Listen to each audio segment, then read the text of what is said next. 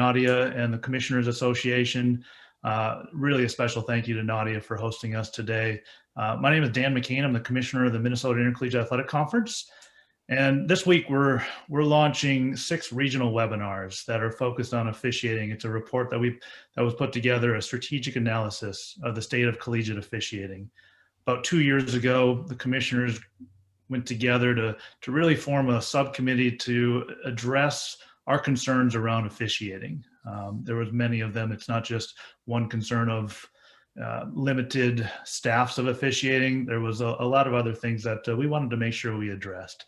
And as a result of those discussions, we put together a plan that we partnered with the Pictor Group to really assess the state of officiating. And our end goal will be a 5-year strategic plan that we're going to roll out within the next several months.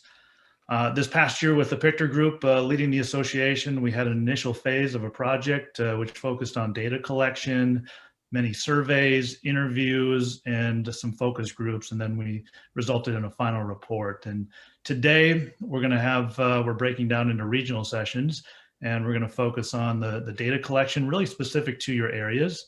We'll share some report findings, and we're going to have a lot of opportunity for some questions that we can open up the discussions. Now, I sat through this a couple days ago. It's not entertaining by any means, but this is super valuable work. And so I'm not trying to dismiss anything that we're doing here. I want to make sure that you pay attention. There's a lot of valuable data that is really good, but you got to pay attention to it.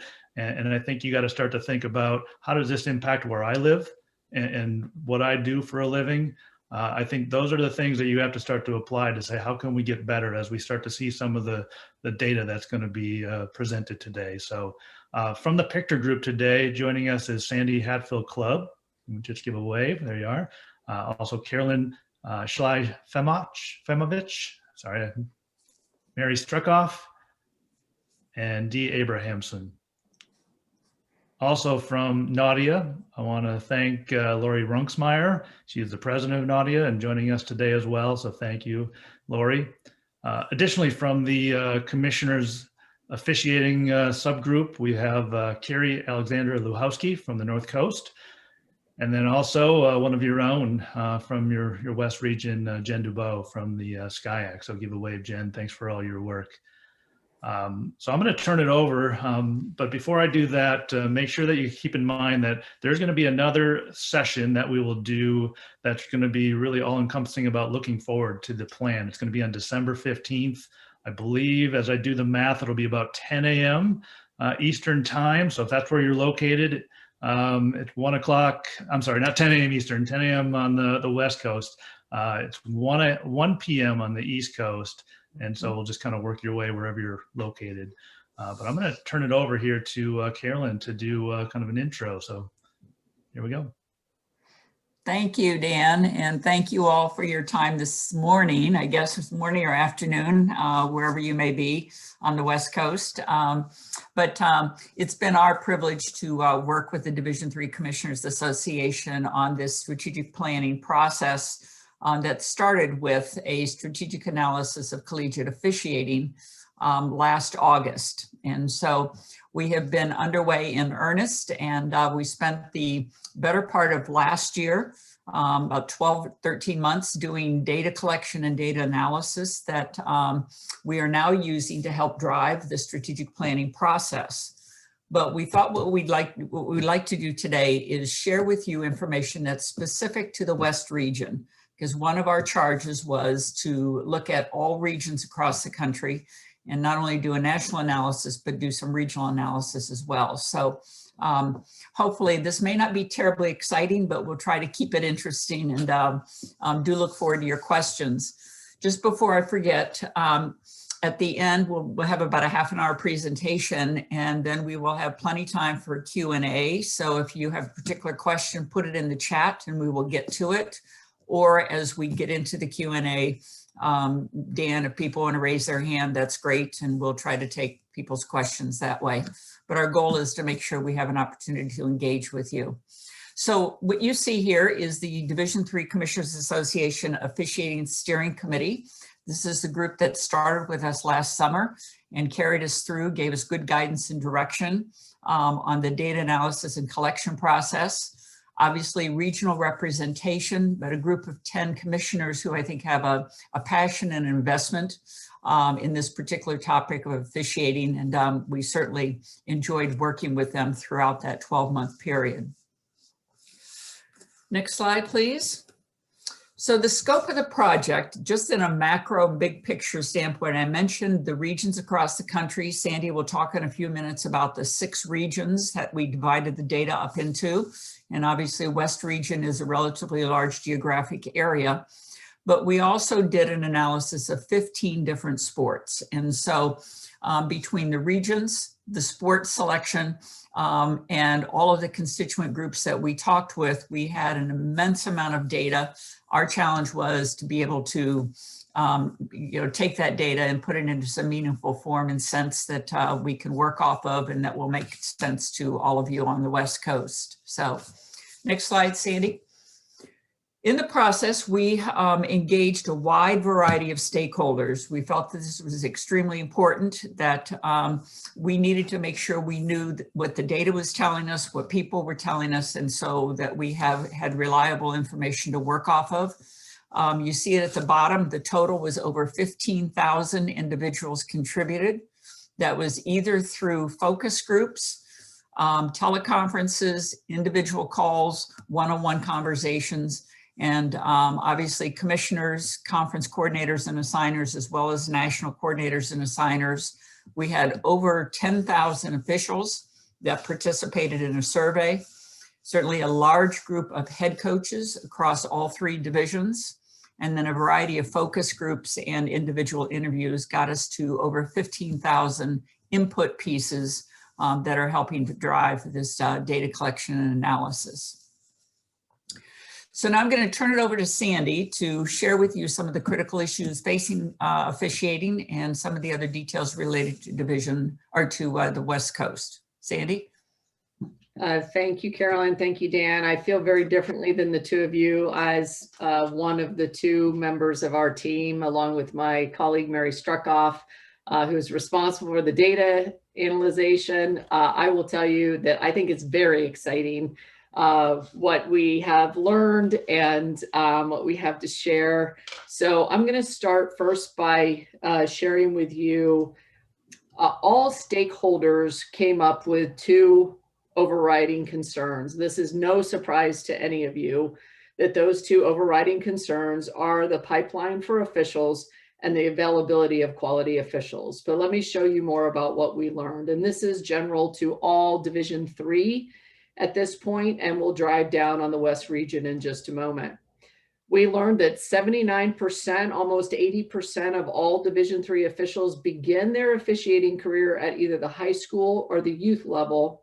So then the question is, what's happening at the high school or youth level and the pipeline before we get to the NCAA? And Officially Human performed a research study with nearly 20,000 officials and learned that the current high school officials in 2020, 50% are over the age of 50, and 45% of them are within 6 years of retiring from officiating. We also learned from the 2017 NASO data when we took the 15 sports that we analyzed and we looked at what's happening at the youth level, the average age of an official at the youth level is 53. So we asked, how long does it take in the pipeline before an official can become an NCAA official? And on average, across all sports, across Division 3, the average is 8 years before they enter the NCAA. So then we asked, how old are our officials, our current Division 3 officials? And it's just under 49 years old on average. And then what is the makeup, the demographic makeup? And just at a high level, 80% of Division 3 officials are Caucasian or white, and 85% of them across all sports are male. So what about the availability of officials? Now there's tons more data on both of these topics, but we are trying to pull out the most critical storytelling pieces of data. So when we wanted to know the availability of officials, we asked the coordinators, the sport coordinators, when, in what sports, and did you have to actually change a contest as a result of not having enough warm qualified bodies to officiate? And there were 12 different sports identifying as having rescheduled a contest at least once during the last full season. When we looked across all divisions, we found there were 3 sports: women's lacrosse, men's and women's tennis, men's and women's swimming and diving, that had to move contests at least once during the last full season. So critical when you have 2 schools that have agreed on a date, you have student athletes and coaches ready to play, and you can't because you don't have officials, you've got to move a contest. So then we ask officials, what's happening for you, right? What are your biggest issues facing you? And out of the 10,300 people, individual people that answered the survey for officials, over 6,800 of them identified as officiating in Division III. They could officiate, they could identify in all 3 divisions, any 1, 2, or 3 of the divisions. But there were 6,800 that identified as officiating in Division III. And these are the 4 issues that they provided us. Now, they could choose between about a dozen different issues, and these 4 were far and away more significant, more frequently selected in this particular order than were the rest of them. And then actually Divisions 2 and 1 reflect these same 4 critical issues. Number 1, fees not keeping pace with the demands of the job. 2, the assigning strongholds or creating advancement barriers. 3, poor sportsmanship in the treatment of officials. And 4 is about recruiting new officials into officiating. So we took the country and broke it up into 6 different regions in order to create some, to be able to drill down and provide you some data that is more specific to your area. This illustrates how those 6 regions were broken up. And this identifies, this added piece identifies the percentage of our officials, of the 10,300 officials. Where did they come from? 11% of those officials came from the West region. So now I'm going to drill down into West region data for you. So this question I referenced, this went to coordinators. You had 25 coordinators from Division III in the West. I did want to make one other point too. Whenever we asked whether it was a coordinator or officials to identify a region, they could only pick one. They could not pick more than one region. So unlike the divisions, they could pick more than one. With the region, we asked them, from which region do you receive your largest amount of assignments, the majority of your assignments? And that was the region that they selected. The coordinator, same kind of thing. Where do you coordinate the majority of your work? And then they could only pick one region. So 25 identified as primarily being in the West for the coordinators. And of those 12 sports that you see in the blue box on the right hand of your screen, with the 3 that are highlighted in red are the ones that I referenced across all 3 divisions. 6 of those sports were identified by the 25 coordinators as having to move a contest at least once. Women's gymnastics, women's lacrosse, men's and women's soccer, softball, men's and women's tennis, and women's volleyball. So now I'm going to drill down on a bit of demographics for you. This slide shows you your officials in the West of their age by gender. So just as a reminder, in an earlier slide, I showed the average age of a Division III official is just under 49 years old. Your male officials in the blue there, the largest percentage, 31%, is in the 45 to 54 age category. And your women are in the 55 to 64, the largest percentage at 28% of your female officials are in the 55 to 64 age group. So it shows you how that the aging is with the male and female officials. This second demographic slide is race by gender. So just again, to reference backwards, the Division III officials, 80% of them Caucasian or white, and then 85% are male. If you look at the bottom of your slide, it shows that there are 82% of the West officials were male and 18% female. So your statistics are a little bit better actually on the male-female ratio. And then if you look again in the Caucasian white category, 69% of your male officials are Caucasian or white, quite a bit less, significantly less than the general population of Division III officials. And same with the female officials at 64% Caucasian or white. In fact, the West Division has the greatest amount of diversity across all racial groups that they could select from. So with that, I'm going to turn it over to my colleague, Mary Struckoff. Thanks, Sandy. These next couple of slides are going to, again, drill down into the West region with some specific data that we found. These first two slides, you'll notice there's a little asterisk at the bottom that basically indicates if the number of respondents was 10 or fewer than 10, we didn't list the sport, because as you can imagine, when we start to drill down into the West region, as we go by region and by sport, we're gonna have fewer and fewer respondents. So if you don't see a sport listed in these next two slides, it's because there were less than 10 respondents in those particular sports. But this particular slide is referring basically to what was the entry point for your Division III officials in the West in their chosen sport, in their one chosen sport. The numbers, as Sandy indicated, at 79% of Division III officials begin their officiating careers at the high school or youth level. This plays out here. These are 3 of the 4 high school and youth levels that were choices that they could select from. And you'll notice women's soccer, men's soccer, very high percentages, indicating a strong youth program, 14 and under in the West in any particular state. We don't have this data by state. It was just too granular to get it down that small. We found that region was the best way to get the information. You'll also notice that women's basketball is listed in 2 different categories at 37%. These percentiles are the highest percent for any given sport. So you'll notice women's basketball obviously had a tie at 37% among youth and among high school sub-varsity. What this information tells us is really about recruiting. If these are the entry points, especially in that youth area, it's a good spot to start, especially for Division III coordinators and assigners or anyone who's doing any type of recruiting in those particular sports is a good starting point to try to find the next Division III level officials. Okay.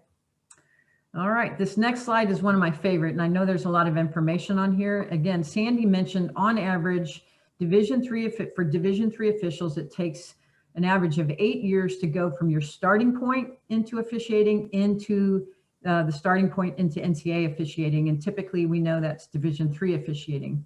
So I'm going to first start on the far right side. So it's broken down by sport. If 8 years is the average, you see that there are a number of sports above that average, so it takes longer than 8 years. Softball and baseball were typically 2 of the higher sports in all 6 regions. So your region here is no different. Swimming and diving obviously is 11 years, football is 9, so all 4 of those are above the average. Below the average, you see a lot of women's sports, and that could be an indication of, again, trying to diversify the population or the pool of officials in an effort to get more women in those particular sports. But 12 years, 11 years can be a long time for an official to wait to advance to that level, if indeed that is their ambition. What's also interesting is the first 2 columns, the mean years at any level and the mean years at any NCAA level. This speaks to tenure. And so you see higher numbers, for instance, at women's gymnastics at 30, at, again, softball at 25. Those particular sports, it could be that the pool of officials was just so large and they've been at it for quite a long time. It could also be an indication of sports that perhaps have less of a demand physically. So you'll notice the shorter tenured sports at 15 16, those are sports that require a fitness level in order to keep up with the student athletes. So again, some really good information here about how long our officials are staying in the avocation and how long it's taking to get to the NCAA level. The next slide is, again, it's about where our Division III officials are working at other levels. The West was unique in this slide, actually. Junior college was the biggest competitor for your Division III officials. Obviously, there's a lot of junior colleges in the West. High school at 72% was number 2. High school was the number 1 answer in every, or highest percentage in every other region of the country, as in terms of a competitor of where our Division III officials are also working. This also tells us a little bit about, again, about competition, but the competition could be in a number of ways. It could be higher game fees for officials, that they're looking to, make a little bit more money. It could be that they're closer to home, so they don't want to have to travel as much.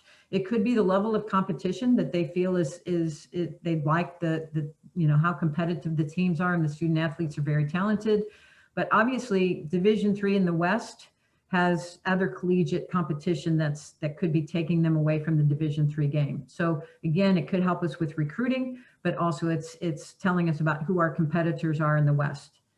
You'll notice here too, the professional Olympic range at 18. That's a pretty high percent nationally, again, higher than some of the other regions. But what that also can indicate, it could indicate that our Division III officials are working in the professional ranks technically, but a lot of them actually check that box because they're working Olympic and they're working NGB contests, perhaps in volleyball, perhaps in soccer, whatever it might be, USA swimming. So if they were working any of those at all, they did check that. So again, it probably referenced the NGBs that they're working. All right, this next slide again is a great slide in terms of retention. Compensation, we know from Sandy, is one of the critical issues facing officials. In terms of the question that was asked there, was compensation keeping up with the demands of the job? When you looked at the entire country of Division III officials, the percent that said they were satisfied with their compensation was about 41%. And so that was the average. And again, you can see where the West falls just under the national average at 38%. And this was probably the lowest percentiles in the next slides I'm going to show you. So again, what the reverse of this is probably the more important thing to keep in mind. And I'll pick on the South here at 33%. If only 33% were satisfied with their compensation, that means 2 out of 3 were not. And so that is certainly something from a strategic planning standpoint that we'll want to look at by region and by sport, just to see maybe where we're falling short. It may not be falling short. It's just that perhaps that's just one of the things that in their minds, again, is not keeping up with the demands of the job. It has so much to do with other things where they're paying out money, again, travel and fees towards licensure of some sort or requirements that they have. So it doesn't mean we have to throw money at this. Again, from a strategic planning standpoint, it's going to be part of a bigger conversation. The thing to keep in mind, I'm going to go back if you would, Sandy, by sport in the West, it's also important to look at who's the most satisfied and who are the least satisfied by sport, because we know not everybody is in that 38%. Women's volleyball was the highest in the West at satisfaction rate at 59%, track and field at 56%, baseball at 53%. The lowest on the spectrum here for least satisfied was men's basketball at 23%, women's lacrosse at 23%, and football at 25%. So an interesting statistic, and something, again, we'll want to look a little bit closer at in terms of the strategic plan. All right, moving on. We're going to look also now at the assignment process. Again, one of the critical issues the officials identified was strongholds in assigning and perhaps barriers to advancement. So this particular question asked them, how strongly did they agree with the statement that the process used by their coordinators and assigners was a fair process of assigning? And so again, the national average here was just over 65%, almost 66%, which again, 2 out of 3 agreed that it was fair. 1 out of 3 disagreed that it was fair. So again, the West was just above that 66% average. And we'll address, I know I see questions popping up a lot, and then we'll get to those shortly. But in this particular area, again, this is something that's from a strategic planning standpoint, we're definitely going to want to look at the assigning process, perhaps best practices, and see again how we can make an adjustment if needed with the assigning processes, because again, it speaks directly to retention of officials and how long we get to keep them in the avocation. Again, by sport, if you look at by sport in the assigning process, the baseball folks agreed that it was most fair at 75%. Football was 75%. Men's basketball was 74%. Women's basketball was 74%. Again, very much higher percentages than the previous slide for compensation. The least fair, swimming and diving at 25, women's soccer at 50, women's lacrosse at 54. So again, you'll have that sport specific information in the slide deck when we send this to you. We chose to hide those slides just to keep things moving and to not get bogged down in some of the details.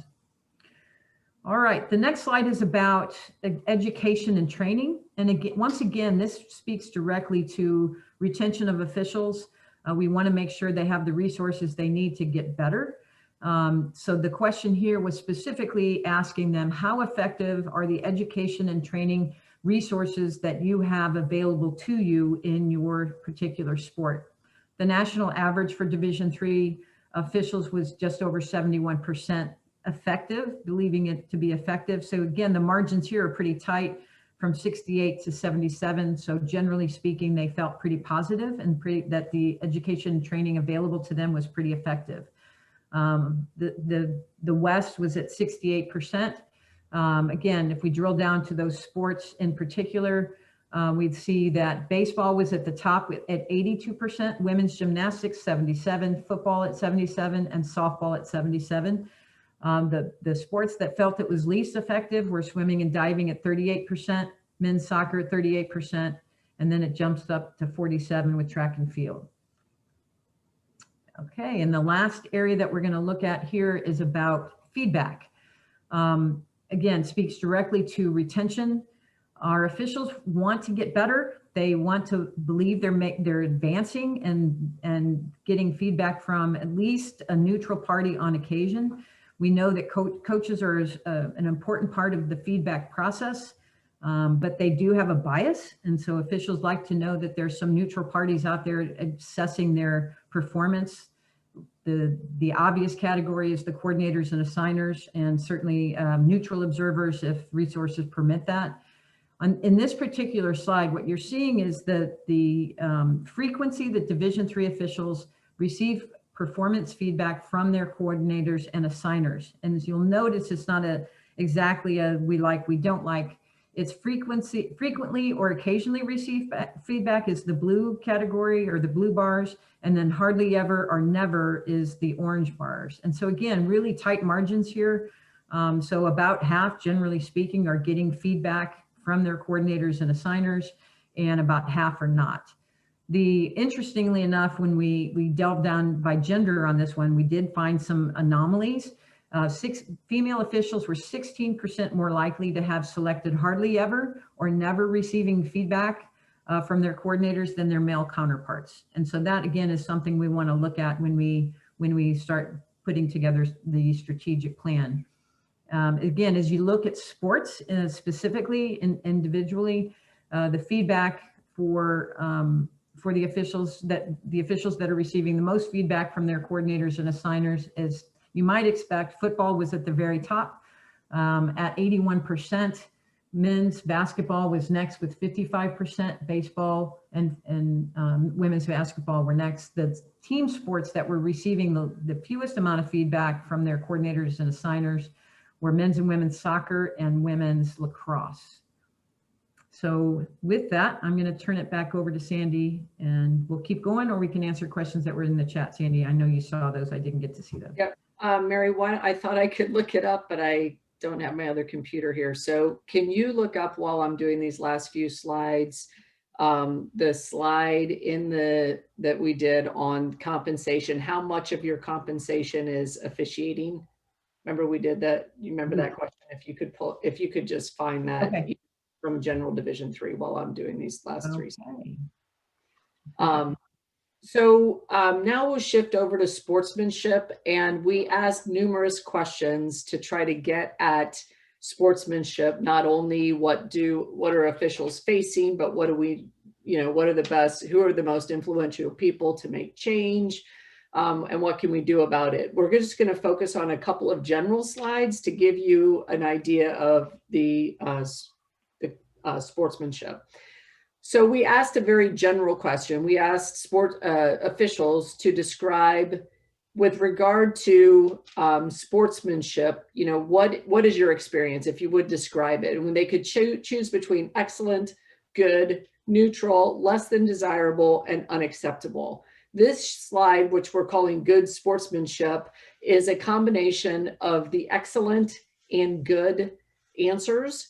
And this is by region, as you can see, and Midwest at the top there at 74%, and Mid-Atlantic down at the bottom. You can see the West at 71%. I wanted to let you know by sport, there were actually 4 different sports, and this is across all of Division 3, not just specific to the West, that there were actually 7 sports that 40% or more of their officials could not select good or excellent. So it's less than good is what we call that. And that's women's soccer at 40%, men's water polo at 43%, field hockey at 46%, women's water polo at 50%, men's lacrosse at 55%, men's soccer at 56%, and men's ice hockey, 61% of the officials could not select good or excellent with regard to sportsmanship. Certainly a place to start when we look at this issue. So this is what specifically the West region looked like. So you can see that that's the 71% of officials selecting good and excellent, leaving 28% less than good. These statistics are significantly better than what you find at the high school and youth level, yet still leaves us room for improvement. We asked additional questions about the climate that officials are working in. We asked them specifically, have you ever experienced or witnessed sexist or racist behavior or language directed towards officials who are women or people of color? And this is specific to the West region. 78% reported they have never experienced that. While that leaves the 22% not never. And it's important to know that both women and people of color were significantly more likely to select occasionally or frequently than were their peers. Lastly, we asked officials, do you feel physically and emotionally safe from the time of arrival to departure at your competition venue? And in the West, you can see there 88% of officials in the West region said, yes, fine, we feel physically and emotionally safe. There were, however, 12% that did not agree with that, were either neutral or disagreed that they felt safe. So here's an interesting point. We also had another set of questions where we asked officials, pick from these different items what is most important to you in terms of your overall experience at a venue. And they had about a dozen things to choose from. Then we asked them the same question, but the question was, of these same items, which ones are you most likely to receive? The one issue that was most disparate in terms of what they really wanted and what they were not receiving was an escort to and from the competition site. So interesting, that's something that goes into a best practice, investment of a little time, not an investment of a lot of money. So lots of great data that helps support kind of what's next to address some of these issues. So with that, I'm going to go ahead and move us to our overarching conclusion. So what did all this data tell us? They told us 5 major things. Number 1 is that officiating exists in a very complex environment. Officials work across divisions. Officials work in the NCAA, outside of the NCAA with regard to NCAA Division III officiating. We don't start the pipeline. They don't come in, we don't start the officiating pipeline. It starts somewhere else. And so how do we help facilitate that? When it comes to authority and responsibility, officiating is everybody's responsibility. It's yours on campus. It's yours at a conference office. It's the NCAA national office's responsibility. But with regard to the authority of officiating, that really lays in the space of the conference office. So again, very dynamic and very complex. So the impact of the aging pipeline and lack of availability of quality officials, we found this absolutely to be true, and we have the data to back it up. Now, when it comes to issues, coordination and communication with regard to really important issues that affect officiating, recruiting, retention, education, training, evaluation, etc., there are very few sports and very few regions that have centralized interdivisional and interconference relationships to address these issues. Fourthly, there's a strong need to address the culture and environment of officiating. And we found that the data very clearly says that, just recruiting more and paying officials more is not going to solve these problems. That a national approach must focus on the systemic and cultural change that's necessary if we want the trajectory of collegiate officiating to look different than it does right now. So what are the recommendations to address these conclusions? I'm going to provide those to you in 3 categories. First is the organizational leadership and oversight for officiating. It's absolutely necessary that there's some type of centralized oversight, and that promotes accountability, perhaps even provides registration for officiating. We have 10,300 officials that participated in this survey. We don't know if that's 1% or 100%. We know it's not one or the other of those, but we have no idea. There's no centralized registration for officials. And so at any rate, some centralization is critical. So the important role, the really frankly critical role of officiating in the student athlete experience.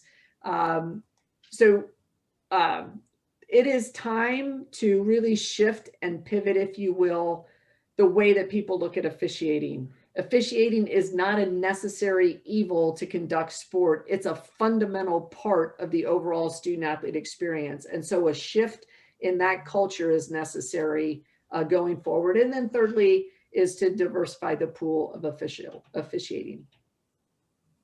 Second set of recommendation area is really about strategic alliances. As it was mentioned earlier, to create fundamental change, this is not something that one conference or frankly one division can do by itself. This is something that must reach out across lines. So strategic alliances across NCAA divisions, across educational entities like the National Federation of High Schools, National Junior College, NAIIA, and the National Association for Recreation, Intramurals, and Clubs. Certainly across coaches associations, coaches play a very significant role in the culture of sport and the culture of officiating. And so that's a critical partnership for many reasons, both recruiting and the environment. And then lastly is officials associations by sport, but also NASO and others, and national governing bodies. The third area of recommendations is in the conference engagement. So this is where the rubber hits the road with regard to evaluation, education, training, certainly a deeper understanding of fees and the fee structure, education, expectations, and accountability for our coordinators, assigners, supervisors of officials. And this is where sporting behavior action needs to take place. So with that, I'm just going to share very briefly. We have engaged, as Dan mentioned at the onset, and I believe Carolyn did as well. We have engaged in the strategic planning process already. We have 7 awesome commissioners that we work with on a regular basis. They've been meeting regularly to develop the strategic plan. We have a very good working draft going, which we are already in the process of sharing with stakeholders across the country. This process started in August. We will conclude the stakeholder engagement in December. This seminar today is held to attract your attention and your interest, and you go out and solicit your colleagues to do the same, to join us on December 15th. When we have a national seminar that Dan referenced, where we are going to put you in small groups and get you working on our strategic plan, giving you feedback about that. So the plan is by the end of January, 1st of February, that we have a final draft of the strategic plan to be in front of the Division III Commissioners Association. So with that, I will stop and take a breath. And, oh, Mary, yes. Yeah, I found that information. The question was asked, what amount of your total income is from officiating? The options were a small amount, some, about half, most, or all. As you can imagine, Division III, some amount, which was the smallest option, some amount was 66% of Division III officials, followed by some, which was 28%, about half was 3%, most was 2%, and under 1% at all. We know that there's Division III officials are obviously their main source of income is elsewhere. But what this gets to, again, they're not doing it for the money, but what it gets to is kind of what I call the hassle factor, or, you know, just the other demands of the job, getting to 1 o'clock contests, or it might be, again, the fees they have to pay to their assigners or to arbiter or for the central hub or whatever it might be. And so there's a delicate dance that they have to play with their income versus their outgoing and their time demands. Hope that answered the question. Awesome. So with that, I'm going to open it up for questions. We can take them via the chat. You can raise your hand or just unmute your mic. There's a pretty small number here, so I think we can open it up. So what surprised you? What kind of questions you might have? I'll open it up.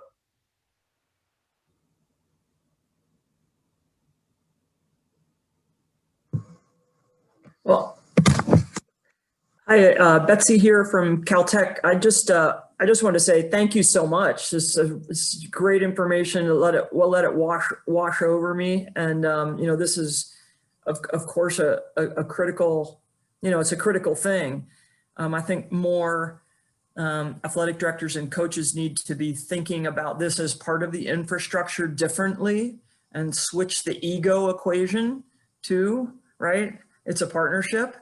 So all of the things that you're beginning to, you know, put on paper and sort through, I think are really, really important. The last bit about, you know, even something as simple as what time we hold contests, you know, the connecting that to the people who actually put on the contest. I think something small like that can help, can really help. So I just want to say thank you. It's good information. I asked my 2 main questions in the chat there, but I'll continue to think about this as the work goes on. Thank you, Betsy. I liked your reference to wash over as a swimming background. Jeff. Yeah, it's a little bit of a question. I think it's those of you that deal across the country. I mean, one of the things that I learned when I was on management council and traveling to other conferences, that was kind of a surprise to me to learn, especially down in Texas, that many institutions hired their own officials and there weren't assigners, so to speak. And we deal with assigners in our conference and have for years in all sports for the most part. And so that was kind of unique to hear that piece. So how that influences the pipeline or whatever it is, I'm curious, as you look at that, is that still unique to certain areas, or is it pretty common now that there are assigners everywhere? And I think one of the things for us, and I can only speak for the West region, and there's several coaches here, I think one of the things for us is in general with our assigners, they assign multi-levels. In other words, we have the same assigner that whether they assign our conference, but they're also assigning NAI or JC or the WAC type of deal in certain sports.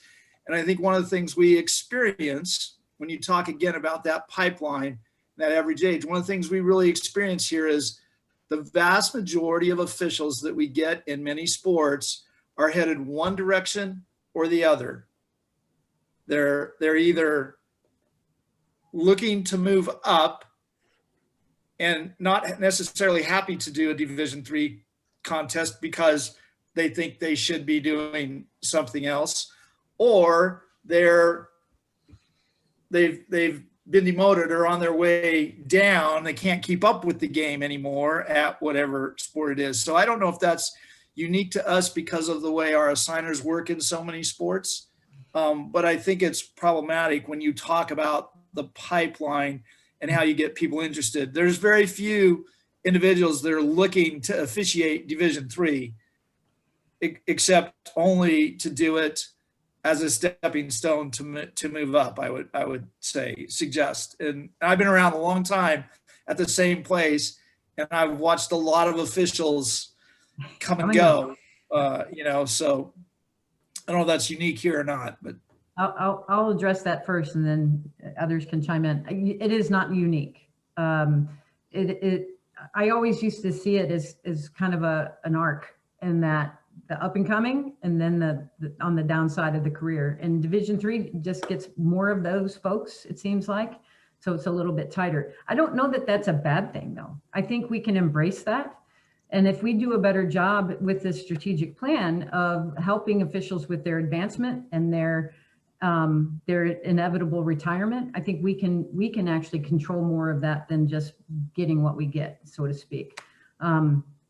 The part about the assigners, I do think it's rare that there are individual institutional assigners. I think that can happen more in the individual sports, like in swimming and diving and track and field. In the bigger team sports, it's typical to have an assigner unless there is some really odd geographic anomaly, and we see that with some conferences that are spread out throughout 3 or 4 different regions, and then it's just almost impossible to have an assigner in that case. But I do think we're seeing a trend with more coordinators and assigners picking up, whether it be other NCAA divisions or whether it be NAIA or junior college or other Division IIIs, depending on, again, geography.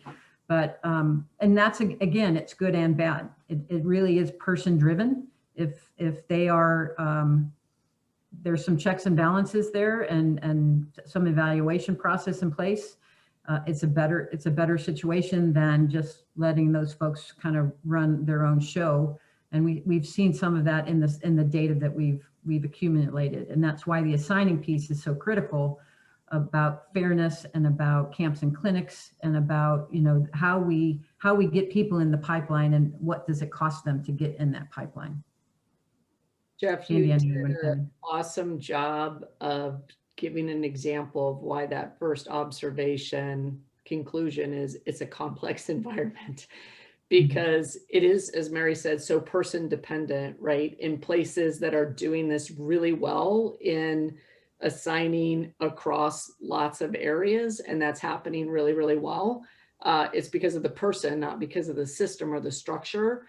And so what we want to try to help do is find out what are the best practices, how to help with more facilitation. We're meeting with many, the National High School Federation, the NAIA, junior college, all that in terms of potential partners, and how could you facilitate that to be maybe more rich environment than just person dependent in terms of how things are managed and perhaps alliances, collaborations, etc.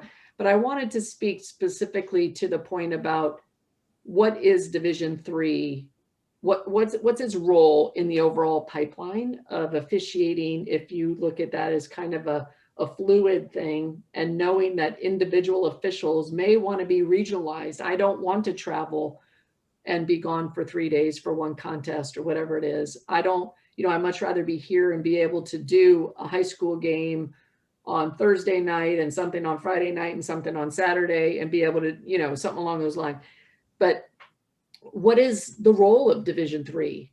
And if for 1 second, our Division I partners don't see the richness and importance of Division III as part of the pipeline, which they don't currently, it's very short-sighted. Because if you look at this as a fluid thing, we want Division III to be the place that officials can't wait to get into because of the richness of the education, training, and evaluation, like ideally, right, long-term, because the more, the better all of that happens at the Division III level, the better it is for absolutely everybody that touches it in every single direction, right? And it is the primarily, not so, there's some sports that come in sideways, tennis, the tracks and fields and the swimmings, they kind of, officials come in sideways into any of the divisions, where most come in through Division III. Team sports come in generally into Division III. So not to say the purpose of Division III is for officials to get in and go somewhere else. Don't mean that. It needs to be a very rich environment where, you know, ideally long-term vision is that these collaborations take place so that there's a bit more fluidity and interest in being involved in Division III officiating. I want to address Betsy's comment about the pandemic and part-time work. We have found, I've been around a long time with officiating, and in poor economies, our numbers do go up because people are looking for part-time work. They're looking to supplement their income. And that's one of the reasons why, because the economy was so good before the pandemic, we were having a harder time. But again, we can't look at this in isolation. We certainly can hope we're going to get more people in, but just what you're dealing with right now with your seasons, with fall, winter, winter season may or may not be happening, spring, we don't know. We're taking it day to day. Well, the officials are taking it day to day too. They don't know whether they're going to referee or not. They don't know if they're going to be able to get three negative tests in a week or whatever the requirement's going to be. And they might just say, forget it. So, you know, it's just, again, it's not worth the hassle. It's not worth my time at this point because of all the things you're going through already, if that makes sense. So the pandemic has thrown everything into a whirlwind, your lives and officials' lives as well. So we don't know what it's going to do to recruiting. But this is a perfect time for us to do this study, to write this strategic plan, and to get some things in place for the after this is over kind of time frame. I did want to make a point about, Betsy made some other good comments in here, and it triggered a thought about, you know, the importance of best practices, and this all being a two-way street, right? It's best practices in terms of institutions, conferences, you know, having best practices for officials, but it's also officials to the point of scheduling an arrival time and or having a system for texting to let somebody know they're there to get their escort, right? The officials have some accountability and responsibility in this as well. And what are the best practices on that end of it, right? So it's not just a one-way street. Everybody needs to go figure out how to fix the situation for officials. It's empowering officials to be responsible in some of this as well. So I just want to make one other plug for the massive amount of data that we have and the report that you all received via a link. The information I just pulled out for the annual income for officials is there's a whole section on compensation. You don't have to read the whole thing, but if there are other categories that you're interested in finding out some data, you just click on that line of the table of contents and it'll take you right to it. So there's some really rich information there. Probably have time for one or two more questions. Any other things that stood out in terms of data or questions you might have or situations in your area? So we did just get in the chat. Knowing that we have an aging population of our officials, what is the NCAA across all divisions considering to accomplish younger classes of recruits? Former student athletes would be a great pool of prospective officials. mm-hmm.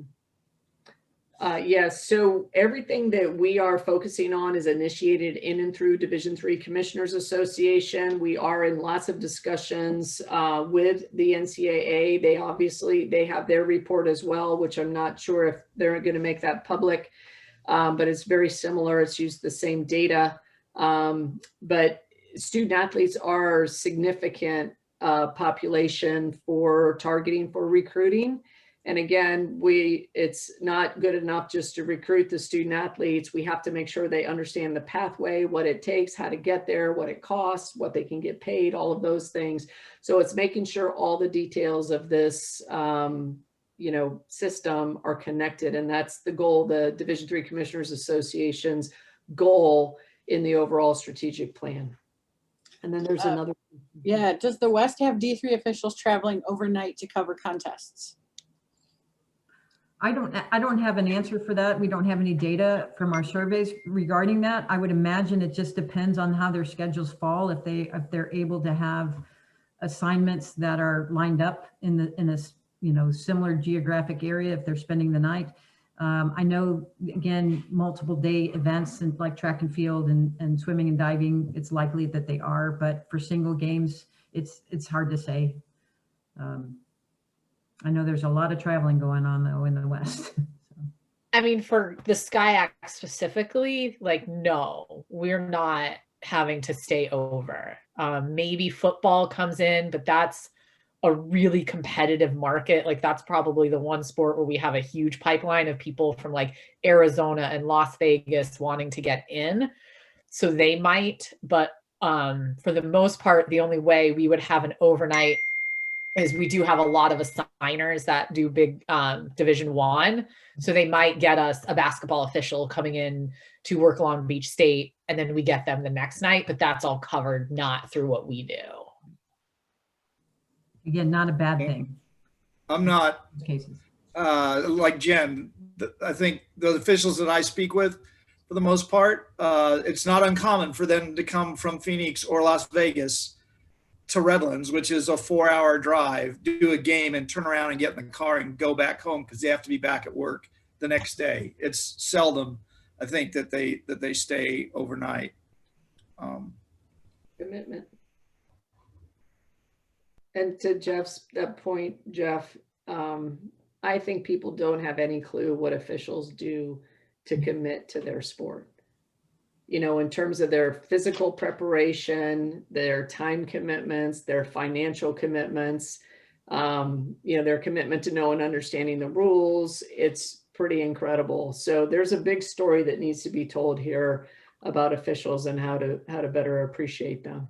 Yeah, and I would suggest too, again, having been around for a while, it's pretty obvious those that are serious about officiating and want to be good officials, whether they want to move or not, but really want to be good officials, as opposed to those who are doing it just to make some extra money and need to keep doing it because they need that extra money because they've been making it all this time and they just need it to keep going, but they're not really, it shows in things like, how early they show up and what their dress is like when they show up and all of those things. I'm not telling you anything you don't know, but I think that's one thing that's as you look at the strategic planning and the mentoring and the accountability from assigners, those are things that have to be put in that list, that have to be key. If you really want to get into it, it's because you want to be a part of it and add to the quality of that student athlete experience,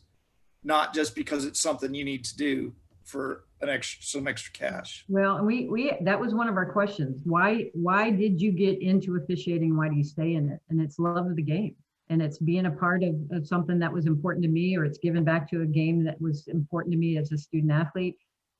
Money was way down that list, so we got to tap into that more, for sure. That's the same for coaches and administrators, especially at D3. Right, exactly. Kim, good to see you again. I know you're trying to make a comment here. No problem. I just want to add, it's a little different for our conference than it is for the SCIAC and some of our sports and our geography in the Pacific Northwest. So we do have officials that stay overnight. We are trying to share. We have some we share with some of our D1 counterparts in the area and bring in officials the next day. But lacrosse and football, basketball, we do have overnights because I have 7 hours between like Willamette and Whitworth, and officials coming in all over the place because we have a lack of officials in some areas compared to others. So we have to drive them in or fly them in from Colorado, or I'm flying them in from other places. So we have a little bit more of a struggle and have to bring people in and pay overnights and things of that nature. So we're just a little different in that sense in a few sports. Thank you. Well, I think that probably wraps it up. Good to see you all. Is there any final items that anybody has comments on? Just want to remind everybody about December 15th. Perfect. There'll be more information coming out on that. So thank you for spending time with us today. I hope you found it enlightening, and we're going to build off of all the data and everything and try to get some great path forward for officiating here. So thanks, everybody. Thank you.